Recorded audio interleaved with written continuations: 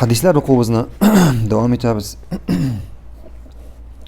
Hamşirata hadis 335 hadis an Aişe marfuan. Aişe radıyallahu anha peygamberimizden haber eder. Hayrukum li ahlihi. Sizning peygamberimiz sallallahu aleyhi ve sellem aytgan, sizning eng yaxshilarig'iz, eng xayrlilaringiz ul da bo'lsa o'zining oilasine, o'zining yaqinlarına, oilasine xayrli bo'lgani. Ve iza mata sahibukum fadahuhu. Agar sizning birarigiz o'lay ekan, uni qoldirig'iz. Agar sizning birarigiz o'lay ekan, uni qoldirig'iz. Eng birinchisi bu hadisda Peygamberimiz sallallahu aleyhi ve sellem aytdi, sizning eng yaxshilaringiz sizning oilalaringizga eng yaxshi bo'lganingiz dedi. Şulayq ikinci hadiste Peygamberimiz sallallahu aleyhi ve sellem aytdi, "Ve ana khayrukum li ahlihi." Min di sizning orada oilama eng yaxshi bo'lganimni. Min sizning orada oilama eng yaxshi bo'lgan, ya'ni Peygamberimiz sallallahu aleyhi ve sellem o'zining oilasine eng yaxshi bo'ldi. O'zining eng yaxshi axloqin, eng yaxshi amallarin kimga bag'ishladi? O'zining oilasine bağışladı. O'zining oilasine bağışladı. Şuna göre biz endi buni to'g'ri ko'p topqir aytdik, lekin buni tag'in qabullar kerak.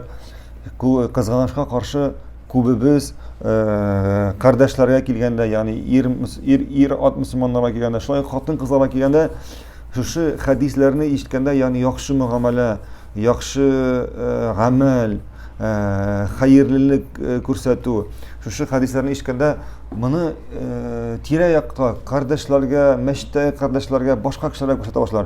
Lekin o'zlarining oilalarini unutadilar. Lekin o'zlarining oilalarına qaytib kirganda ular o'zgaralar, boshqa yovuz kishiga aylanadilar. Lekin Alloh durust tugul, durust bo'lgan eshik qachon kishi o'zining eng yaxshi amalini kimdan boshlaydi? O'zining oilasidan, xotinlaridan, atiyanisidan, bolalarından. Barakallahu fikum. Ham bu hadisda Peygamberimiz sallallahu aleyhi ve sellem şulay aytdi, o'lgan qardoshlarıngizni, ya'ni o'lgan do'stlaringizni qoldirig'iz. Bu so'zlarga olimlar tafsir asrida bunda bir necha ma'no aytadilar. Birinchisi, ya'ni agar biror musulmon kishi o'lay ekan, uning turida nashar so'zlar siylamagiz. Onun turunda naşar sözler silemegiz. Yani onu yaxshi til bilangina, yaxshi amal bilangina esga olag'iz.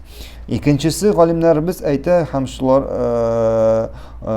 yani agar biror qardoshingiz o'lay ekan, bir ayta yaqinlardan, tug'anlardan bo'lsa, yani u o'lgandan so'ng yilamag'iz. O o'lgandan so'ng yilamag'iz. Hamda albatta yilov turunda aytilmay, masalan, kishi bitini ko'zidan yoshlar og'a bir yaqini o'lsa degan. Bunda so'z bormi? Bunda so'z bora, qo'shan kishi qishqirib yig'lay boshlaydi. Hozir biz nishlaymiz endi, shulay sen bizni qoldirding, o'kirib, qishqirib, jularlanib shulay yig'lay boshlaydi. Bunda so'z bora, ya'ni u yerda biror yaqin o'lsa lekin uning turunda yilamag'iz. Chunki olimlarimiz aytadi, birinchidan bu kishining vaqti yetgan. Ham sen endi qolding ekan, xotin qiz bo'lsinmi, er kishi bo'lsinmi, Alloh subhanahu taolo seni qoldirmaydi. Chunki Alloh subhanahu taolo u eng yaxshi saqlovchi, u seni eringdan da, xotiningdan da, tug'anlaringdan, atiyaningdan da yaxshiroq ham yaqinroq, ham sening turida qayg'urtuvchanroq. Ham endi ikkinchisi, masalan, kishilar birata bolalari o'lsa qayg'urarlar. Ya qayg'urma.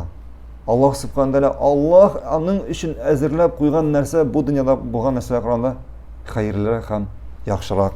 Barakallahu fikum.